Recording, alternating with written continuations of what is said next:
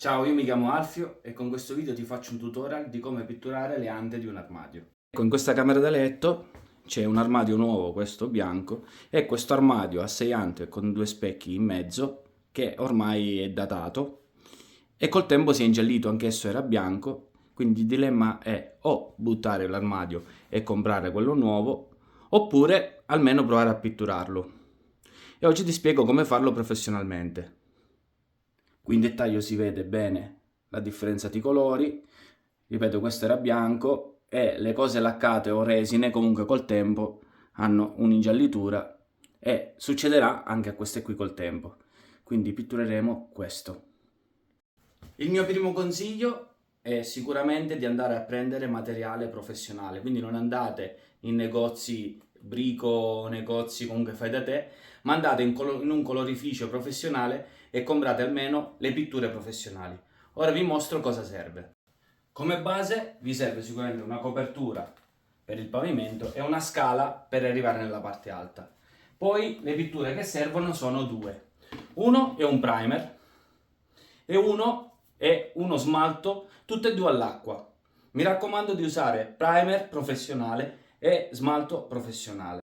Come attrezzatura invece serve un cacciavite per smontare le maniglie, se si possono smontare, altrimenti uno scotch per coprirle, una carta vetrata, io uso la 180 che è giusta per questo tipo di lavori, due rolline a pelo corto o pelo raso per passare appunto il colore, un manico di rullino dove inserire i rullini e un pennello. La prima cosa da fare assolutamente è smontare le maniglie. Ripeto, queste hanno le viti, quasi tutte hanno le viti. Se vi capita che non si possono smontare perché sono legate, incollate, allora si devono coprire perfettamente con uno scotch di carta da pittore. Ecco, come dicevo prima, questo tipo di armadio ha le maniglie con le viti, quindi basta svitarle, conservarle per rimontarle dopo. Ecco le smontate. Io lascio i buchi, dato che rimonto le vecchie maniglie, ma in caso si potrebbero anche stuccare, quindi coprire, e fare altri buchi se si vogliono cambiare le maniglie e fare i buchi nuovi. Una volta coperto e smontato le maniglie si passa già a lavorare sulle ante. Allora, la prima cosa da fare è carteggiare. Allora, c'è molta confusione sulla carteggiatura. La carteggiatura non serve a portare di nuovo a legno l'armadio, ma serve a togliere la lucentezza delle ante, così in modo da aprire i pori del legno e fare in modo che il primer e poi la vernice si attacchino bene alle ante. Quindi va passata la carta vetrata in modo leggero e opacizzare quello che si ha. Ecco come si presenta la mia carta vetrata, come dicevo la 180, io solitamente la piego in due, in 4 e addirittura in 8 e man mano la uso aprendola e cambiando il lato che mi serve. Ecco, come dicevo, va appunto carteggiata in modo rotatorio e cercando di non graffiare assolutamente il legno. Man mano che si consuma la carta si cambia lato fin quando viene bello opaca e si vede come la vernice inizia a cambiare e a diventare appunto, come dicevo prima, opaca.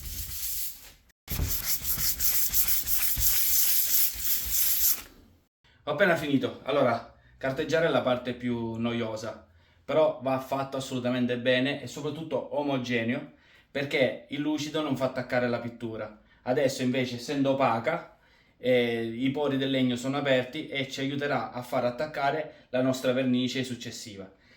Adesso do una bella pulita con un panno umido per togliere la polvere che si trova in modo da prepararlo appunto per il primer.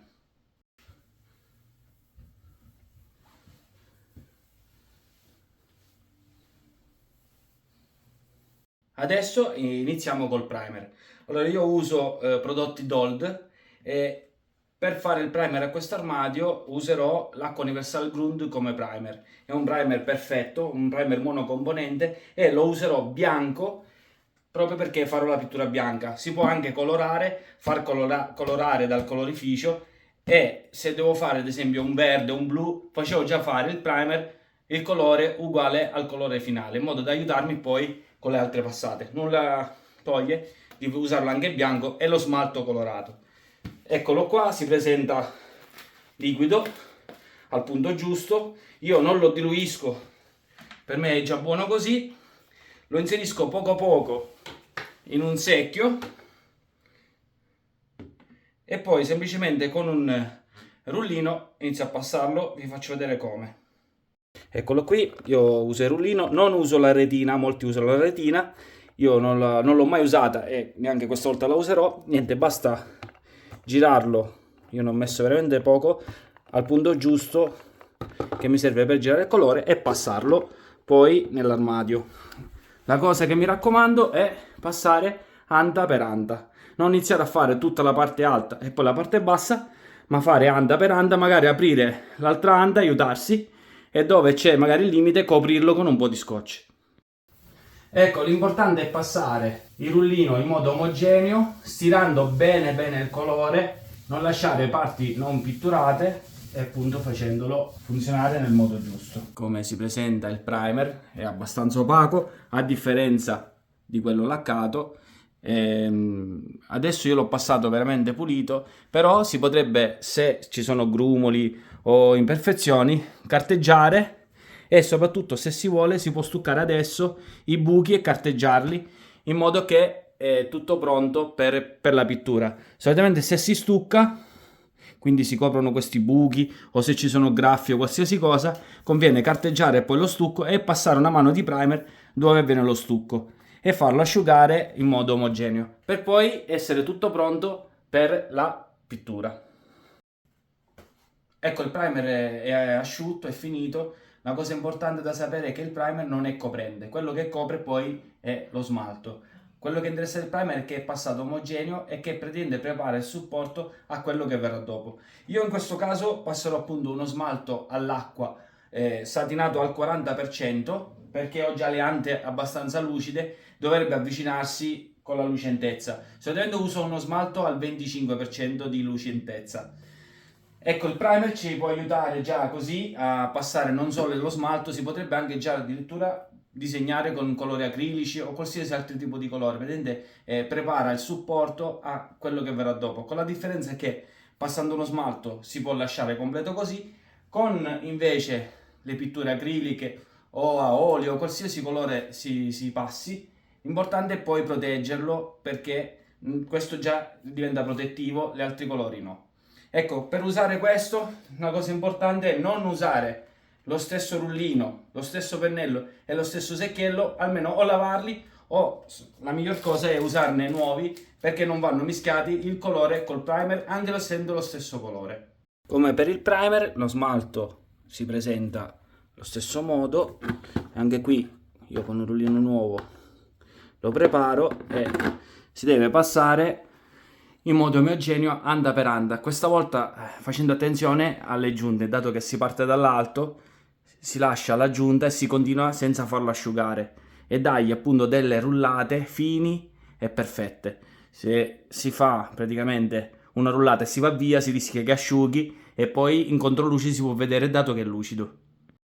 Ecco, la prima mano di smalto è passata, adesso si fa asciugare, se si vuole si passa una carteggiata e dopo si può ripassare lo stesso smalto anche con un filo d'acqua, in modo da renderlo ancora più liscio e più liquido, e dando un'altra mano omogenea come ho fatto adesso. Eccola finita, ho rimontato le maniglie, ho tolto lo scotch, le coperture, adesso assomiglia molto a quella di fianco, è un po' più opaca perché quella è laccata, questa è solo smaltata. Potrei passare una vernice lucida trasparente per renderlo molto simile, ma lo lascio così, per me già va bene, ed è completa con l'altra. Se questo tutorial ti è stato utile, ti invito a mettere mi piace a questo video e soprattutto seguimi sul mio canale per altri tutorial. Ciao e alla prossima!